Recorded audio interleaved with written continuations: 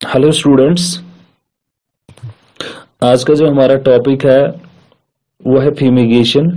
आज हम फ्यूमिगेशन के बारे में डिस्कस करेंगे। फ्यूमिगेशन क्या होती है, कैसे हम प्रिपेयर करेंगे फ्यूमिगेशन के लिए, एक एनक्लोज्ड एरिया को, ओटी को कैसे प्रिपेयर करेंगे, कौन कौन सी प्रिकॉशंस लेनी होती है जब हम फ्यूमिगेशन करेंगे, और मेथड्स कौन कौन सी होती है फ्यूमिगेशन की। सबसे पहले अगर हम ओटी को स्टराइल करते हैं, स्टरलाइजेशन करनी होगी ओटी की, तो उसके लिए हम यूज करते हैं फ्यूमिगेशन। ठीक है, तो फ्यूमिगेशन एक ऐसी प्रोसेस होती है जिसके जरिए हम एनक्लोज्ड एरिया लाइक ओटी होगा, आईसी होगा, उसको स्टराइल करते हैं। स्टराइल कैसे करते हैं?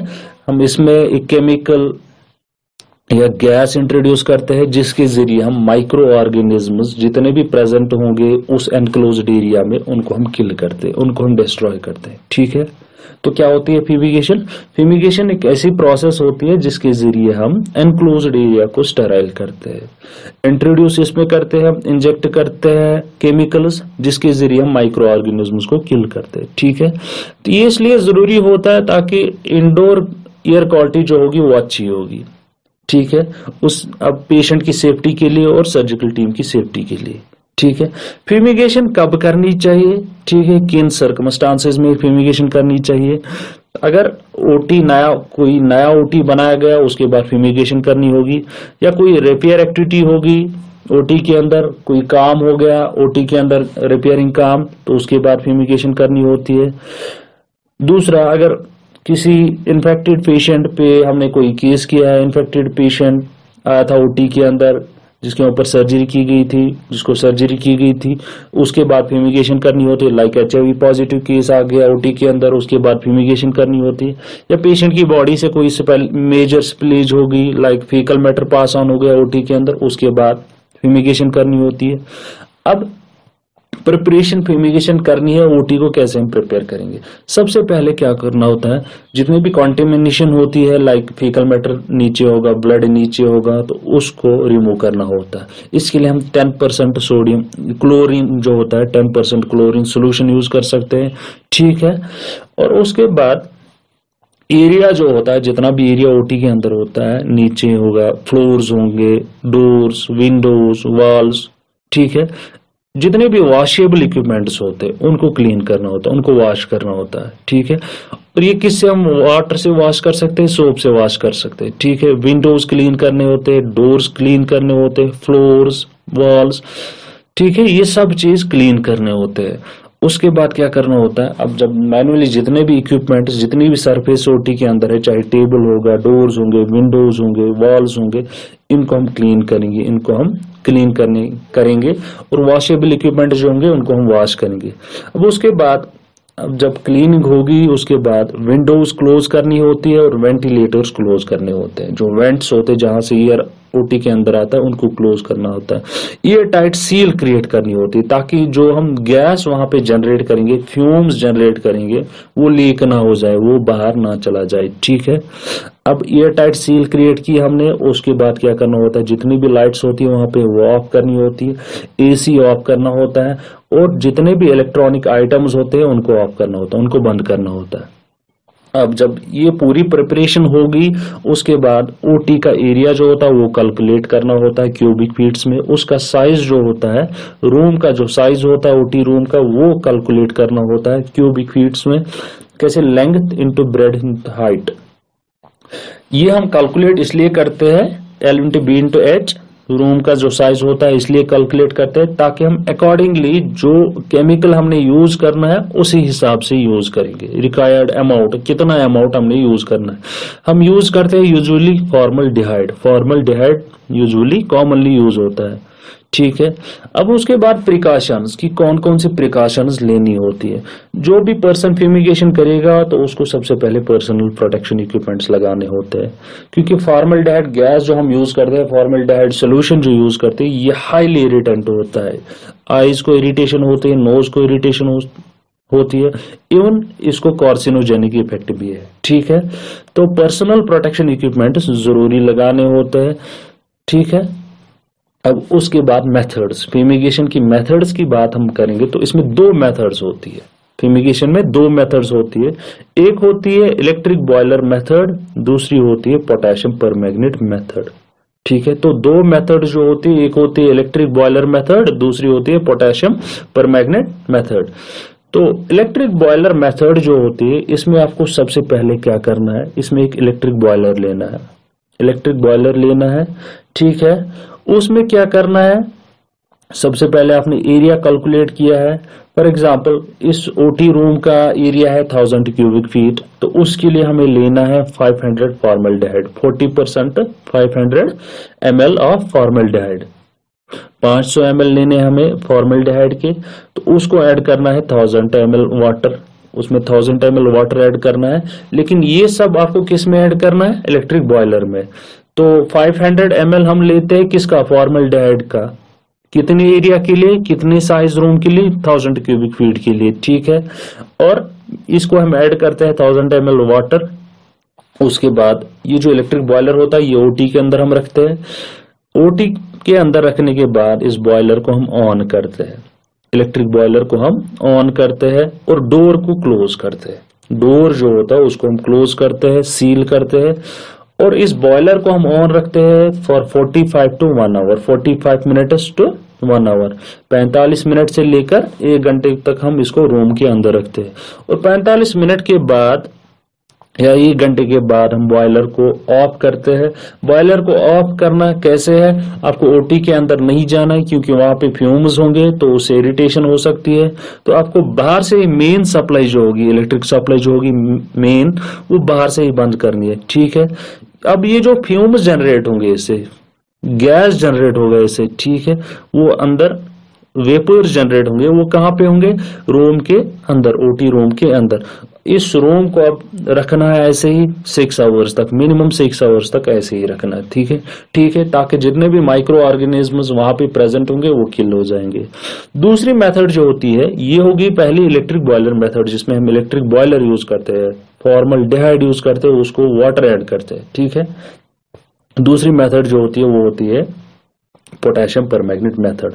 पोटेशियम परमैंगनेट मेथड में हम लेते हैं पोटेशियम परमैंगनेट 450 ग्राम, 450 ग्राम पोटेशियम परमैंगनेट हम लेते हैं, जिसको हम ऐड करते हैं 500 ml फॉर्मल्डिहाइड, फॉर्मल्डिहाइड 500 ml हम ऐड करते हैं, किसके साथ, 450 ग्राम ऑफ पोटेशियम परमैंगनेट।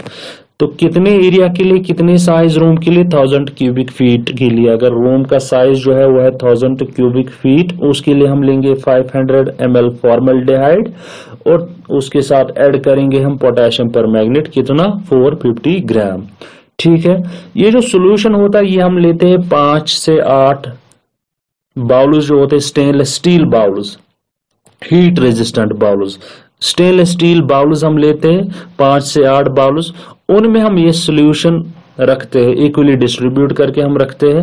ठीक है, इक्वल क्वांटिटी में हम इन बाउल्स में ये सोल्यूशन जो आपने मिक्स किया इनको हम रखते हैं इसके अंदर, इन बाउल्स के अंदर, और इन बाउल्स को हम डिफरेंट प्लेस पे ओटी के अंदर रखते हैं। ठीक है, ओटी के अंदर डिफरेंट प्लेसेस पे रखते हैं, लाइक कॉर्नर्स पे 4 रखेंगे, 4 कॉर्नर्स पे, बीच में भी रखेंगे।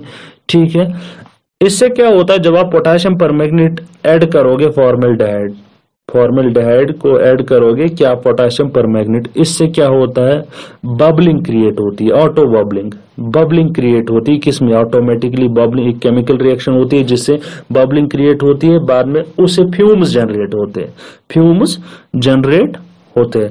एक रिएक्शन होती है एक्सोथर्मिक रिएक्शन, इससे, जिससे क्या होता है, फ्यूम्स बाद में जनरेट होते हैं। जब ये फॉर्मल्डिहाइड फ्यूम्स जनरेट होंगे, आपको क्या करना है, रूम जल्दी छोड़ना है, रूम जो होता है उसको जल्दी लीव करना है, और डोर क्लोज करना है, डोर को सील करना है, और इसको 24 आवर्स तक ऐसे ही रखना है, 24 आवर्स तक, 12 to 24 आवर्स तक ऐसे ही रखना है रूम को। ठीक है, अब उसके बाद आप क्या करोगे, अब जब 24 आवर्स के बाद आप रूम के अंदर जाओगे, या आफ्टर 6 आवर्स, अगर हम इलेक्ट्रिक बॉयलर मेथड की बात करेंगे, 6 घंटे के बाद आपको रूम के अंदर जाना है, तो सबसे पहले आपको फिर से पर्सनल प्रोटेक्शन इक्विपमेंट्स लगाने हैं, उसके बाद एंटर होना है। ठीक है, लाइट्स ऑन करने हैं। अब न्यूट्रलाइजेशन करनी है। न्यूट्रलाइजेशन प्रोसेस क्या होती है, अब ये जो फ्यूम्स वहां पे होंगे, कुछ फ्यूम्स अभी भी वहां पे होंगे, तो उससे इरिटेशन हो सकती है, इसको न्यूट्रल करना है, इसका इफेक्ट अभी खत्म करना है। ठीक है, न्यूट्रलाइजेशन प्रोसेस इंपॉर्टेंट होती है। फ्यूमिगेशन के बाद हम क्या करते हैं, एक कॉटन बॉल लेते हैं, कॉटन बॉल रूम के अंदर रखते हैं, उसके ऊपर हम डालते हैं ammonia, 10% ammonia solution.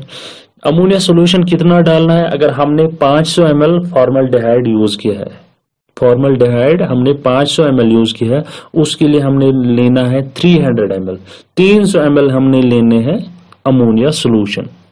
Ammonia solution कितना लेना है हमें, 10% अमोनिया सोल्यूशन। 300 ml किसके लिए कितना लेना है, 300 ml लेना है हमने किसके लिए, अगर हमने 500 ml फॉर्मल्डिहाइड यूज की है तो उसके लिए हमने लेना है 300 ml अमोनिया 10% सोल्यूशन, वो हम डालेंगे इन कॉटन बॉल्स के ऊपर। तो ये जो अमोनिया होता है, अमोनिया सोल्यूशन ओटी फ्लोर के ऊपर हम स्प्रेड करेंगे, ओटी फ्लोर जो होता है उसके ऊपर हम स्प्रेड करेंगे और इसको हम रखेंगे 2 से 3 घंटे तक, 2 से 3 घंटे तक। अब इसमें जो फॉर्मल्डिहाइड गैस होगा ओटी के अंदर, ये रिएक्ट करता है इस अमोनिया सोल्यूशन के साथ, अमोनिया सोल्यूशन के साथ ये रिएक्ट करता है और इससे क्या होता है, फॉर्मल्डिहाइड का जो इफेक्ट होता है, टॉक्सिक इफेक्ट होता है, वो खत्म हो जाता है। ठीक है, तो इस प्रोसेस को हम कहते हैं न्यूट्रलाइजेशन। फॉर्मल्डिहाइड गैस का जो इफेक्ट होता है वो खत्म करना है, तो वो कैसे हम खत्म करते हैं, अमोनिया सोल्यूशन लेते हैं हम बाद में। ठीक है, उस सोल्यूशन को हम फ्लोर पे स्प्रेड करते हैं, 2 से 3 घंटे तक रखते हैं, तो उससे क्या होता है, अमोनिया सोल्यूशन जो होता है ये फॉर्मल्डिहाइड गैस के साथ रिएक्ट करता है, जिससे क्या होता है, टॉक्सिक इफेक्ट जो होता है फॉर्मल्डिहाइड का वो खत्म होता है। उसके बाद क्या करना होता है, 2 से 3 घंटे के बाद एसी ऑन करना होता है। ठीक है, एसी ऑन करना होता है 2 घंटे पहले, जब भी आप सर्जरी करोगे उससे पहले 2 घंटे एसी ऑन करना होता है। ठीक है, so this was all about fumigation.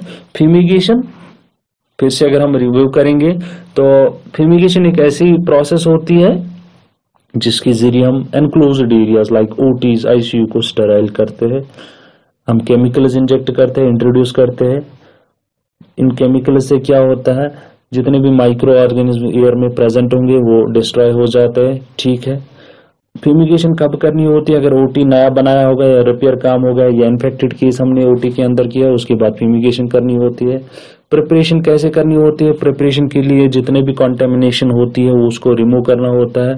ठीक है, एरिया को वॉश करना होता है, सोप और वाटर से वॉश करना होता है, डोर्स, विंडोज, जितने भी सरफेस होते हैं उनको क्लीन करना होता है, जितने भी इक्विपमेंट्स होते हैं वॉशेबल इक्विपमेंट्स उनको वॉश करना होता है। ठीक है, विंडोज क्लोज करनी होती है, वेंट्स क्लोज करने होते हैं, एयर टाइट सील क्रिएट करनी होती है ओटी के अंदर, ताकि ये जो फ्यूम्स जनरेट करेंगे वो लीक ना हो जाए। उसके बाद लाइट्स ऑफ करनी होती है, एसी ऑफ करना होता है, इलेक्ट्रिक आइटम्स जो होते हैं, इलेक्ट्रॉनिक आइटम्स जो होते हैं उनको ऑफ करना होता है। उसके बाद हम क्या करते हैं, रूम का जो साइज होता है वो हम कैलकुलेट करते हैं, ताकि उसी हिसाब से हम फॉर्मल्डिहाइड यूज करेंगे। अब प्रिकॉशंस कौन कौन सी लेनी होती है जब आप फ्यूमिगेशन करोगे, पर्सनल प्रोटेक्शन इक्विपमेंट्स लगाने होते हैं जब भी आप ओटी के अंदर जाओगे फ्यूमिगेशन पर्पस के लिए। ठीक है, मेथड्स 2 होती है, एक होती है इलेक्ट्रिक बॉयलर मेथड जिसमें हम इलेक्ट्रिक बॉयलर यूज करते हैं। उस बॉयलर में हम क्या करते हैं, फॉर्मल्डिहाइड और वाटर ऐड करते हैं। फॉर्मल्डिहाइड 500 ml हम लेते हैं और वाटर इसमें 1000 ml लेते हैं। कितने एरिया के लिए, कितनी साइज रूम के लिए, 1000 क्यूबिक फीट अगर रूम का साइज है उसके लिए हम लेते हैं 500 ml formaldehyde and 1000 ml water. ठीक है, इस बॉयलर को हम ऑन करते हैं, ऑन करने के बाद हम रूम को छोड़ते हैं और डोर को सील करते हैं और इस बॉयलर को हम ऑन रखते हैं 45 मिनट से लेकर 1 घंटे तक। उसके बाद इसको स्विच ऑफ करते हैं, बाहर से ही मेन सप्लाई ऑफ करते हैं। ठीक है, अब जो फ्यूम्स जनरेट होंगे उनको हम रखते हैं ओटी के अंदर मिनिमम पर 6 आवर्स। ठीक है, दूसरी मेथड होती है पोटेशियम परमैंगनेट मेथड जिसमें हम 1000 क्यूबिक फीट एरिया के लिए 450 ग्राम पोटेशियम परमैंगनेट ऐड करते हैं। फॉर्मल्डिहाइड 500 ml लेते हैं, उसको ऐड करते हैं 450 ग्राम पोटेशियम परमैंगनेट। ये सोल्यूशन हम लेते हैं 5 से 8 हीट रेजिस्टेंट बाउल्स में, यूजुअली स्टेनलेस स्टील बाउल्स में हम लेते हैं, जिनको हम रखते हैं डिफरेंट प्लेस में। ठीक है, तो इससे क्या होता है, जब हम पोटेशियम परमैंगनेट ऐड करते हैं फॉर्मल्डिहाइड को, इससे ऑटो बबलिंग हो जाती है, फ्यूम्स क्रिएट होते हैं। ठीक है, तो फ्यूम्स क्रिएट होने के बाद जब फ्यूम्स वहां पे जनरेट होंगे तो रूम को अब मिनिमम 12 to 24 आवर्स तक ऐसे ही रखना है, सील करके रखना है। अब उसके बाद जब ये टाइम हो गया चाहे 6 घंटे या 12 to 24 आवर्स दूसरी मेथड में। तो न्यूट्रलाइजेशन प्रोसेस होती है जिसके जरिए हम इस गैस का फॉर्मेल्डिहाइड फ्यूम्स जो होते हैं, इसका जो टॉक्सिक इफेक्ट होता है वो खत्म करना होता है। हम क्या करते हैं, अमोनिया लेते हैं 10% सोल्यूशन, 300 ml हम लेते हैं अमोनिया कॉटन बॉल्स पे। अगर हमने 500 ml फॉर्मेल्डिहाइड यूज किया है तो उसके लिए हमने लेना है 300 ml अमोनिया। वो हम स्प्रेड करते हैं ओटी फ्लोर पे और इसको रखते हैं 2 से 3 घंटे तक। 2 से 3 घंटे तक रखने के बाद हम क्या करते हैं, उसके बाद हम एसी ऑन करते हैं, ठीक है। और बाद में 2 घंटे के बाद, एसी ऑन करने के बाद 2 घंटे के होने के बाद हम सर्जरी स्टार्ट कर सकते हैं, प्रोसीजर स्टार्ट कर सकते हैं, ठीक है। So this was all about fumigation. Thank you.